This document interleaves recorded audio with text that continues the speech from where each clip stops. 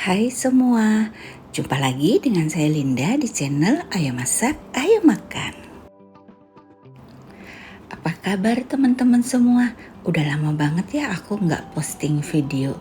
Hari ini aku posting, aku bikin nastar jadul. Siapa yang ingat sering makan ini di warung-warung kecil? Selain nastar yang lumer, saya suka juga nastar yang keras. Ini nastar jadul ya teman-teman, tidak garing, tetapi dia sedikit keras. Ini kalau waktu masa kecil saya makan nastar ya rasanya seperti ini dan bentuknya juga seperti daun. Jadi gimana cara bikinnya? Yuk kita mulai.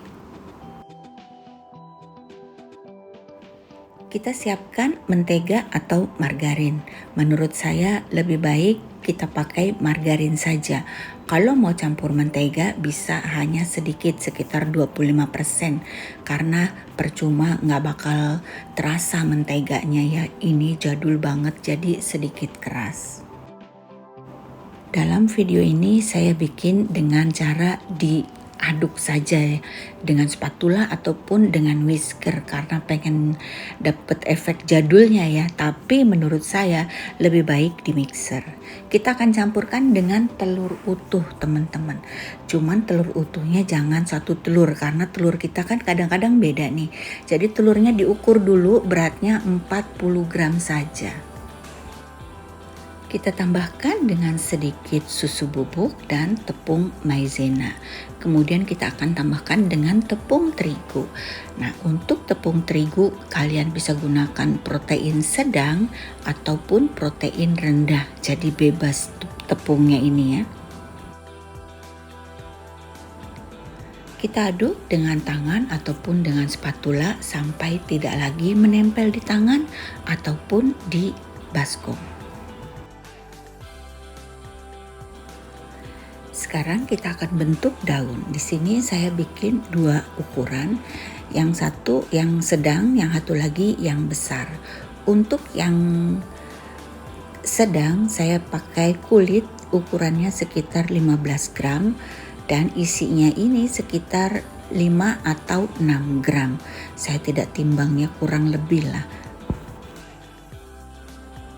Setelah diisi kita akan bentuk sama seperti biasanya, bulat seperti biasa ya teman-teman. Pastikan ini bulatnya sempurna, tidak ada yang pecah, tidak ada yang garis-garis gitu.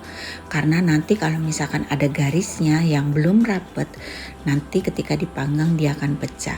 Nah, kita ujung-ujungnya ini kita giling-giling sedikit agar bentuknya menjadi lancip.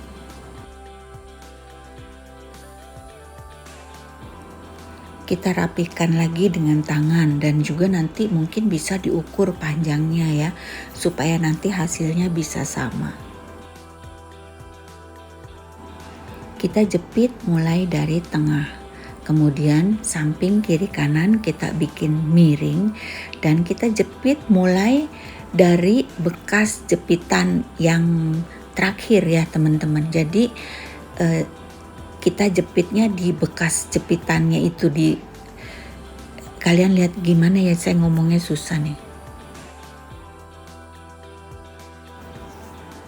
Dan ini waktu putar kalau bisa yang udah dijepit jangan sampai kena jari kita, karena kalau kena jari kita dia bisa gepeng kembali. Kalian perhatikan teman-teman tuh cara jepitnya, jangan terlalu kecil, terlalu tipis ya, juga jangan terlalu tebal. Seperti ini pas lah menurut saya. Kita ulang lagi ya teman-teman, ini nastar yang besar teman-teman. Kita mulai jepit dari tengah, lalu pinggirnya kalian lihat ya. Nah, jepitan kedua dan selanjutnya itu mulainya dari pas ujung terakhir jepitan yang pertama itu ya.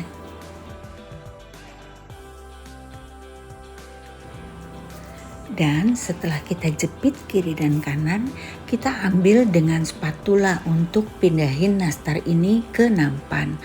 Karena kalau kita angkat dengan tangan, maka nanti hasil dari jepitan kita akan gepeng-gepeng. Tuh udah cantik banget kan? Sayang kalau kena tangan kita kepencet gitu ya. Jadi kita taruh dengan bantuan spatula. Kita lihat sekali lagi ya teman-teman, mudah-mudahan kalian bisa cukup mengerti. Kerjainnya pelan-pelan saja, tetapi ini jepit lepas ya teman-teman.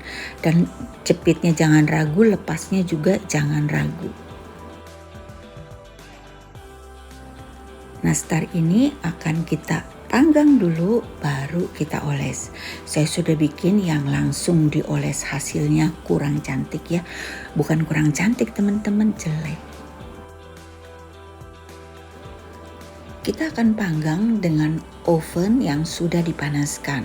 Tapi saya panasinnya hanya sekitar 10 menit, suhu atas 150, suhu bawah 150 tanpa kipas. Dan ini saya panggang selama 30 menit teman-teman. Di menit ke-20 kalian perhatikan, atau di menit ke-15. Kalau seandainya terlihat sedikit pecah kiri kanan ya, buka pintu ovennya. Jadi kita balik loyangnya agar suhu di dalam oven tidak terlalu panas. Jadi kuenya tuh tidak cepat pecah ya. Dan kita panggang di rak yang paling bawah. Kalian perhatikan suhu di oven termometer menunjukkan suhu 120 derajat Celcius. Lihat, cantik banget kan hasilnya teman-teman.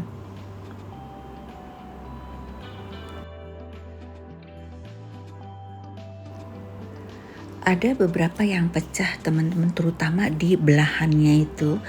Tapi nggak masalah, nanti setelah dingin akan rapet kembali. Setelah nastar dingin, kita akan oles, dan olesnya 2 kali. Mohon maaf teman-teman, video olesannya nggak ada karena saya lupa pencet rekam ya. Ada video olesan, tapi ini di nastar yang kecil dan ini yang saya langsung oles ya teman-teman. Untuk olesannya tidak perlu aneh-aneh, cukup kuning telur saja dan sedikit mentega cair. Kalau kalian merasa terlalu kental bisa ditambahkan dengan sedikit garam. Cuman saya tidak pakai garam ya teman-teman. Pakai garam juga mungkin bisa memberikan efek warna yang lebih gelap. Jadi kalian tidak perlu pakai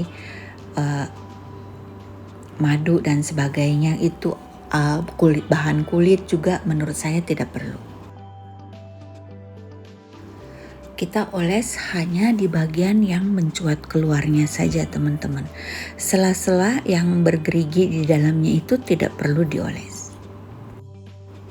Dan waktu ambil kuning telur, ambilnya sedikit saja teman-teman. Jangan sampai belepotan kemana-mana ya. Karena nanti dia akan rembes ke sela-sela nastar, lipatan nastar, maka nanti hasilnya akan kurang cantik. Jadi ambilnya tipis-tipis saja dan olesi pelan-pelan.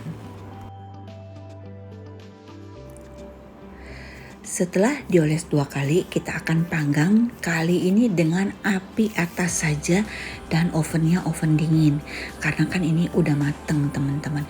Kita hanya ingin mematangkan kuning telurnya saja supaya warnanya bisa golden brown, jadi kita panggang dengan suhu dingin. Saya pakai api atas saja tanpa kipas, suhunya 180 derajat Celcius. Kalian lihat ini warnanya cakep banget, gradasi warnanya kita dapat. Cara panggang seperti ini tahan berapa lama Ci?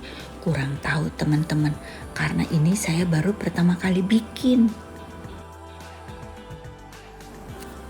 Untuk rasa dari nastar ini keras teman-teman, jadi tidak lembut ya. Mungkin dengan berlalunya waktu sekitar seminggu atau 2 minggu dia akan menjadi lebih lembut gitu. Untuk garing sih nggak garing, ya tergantung lah. Kalau kalian mau panggang lebih lama mungkin hasilnya bisa garing ya.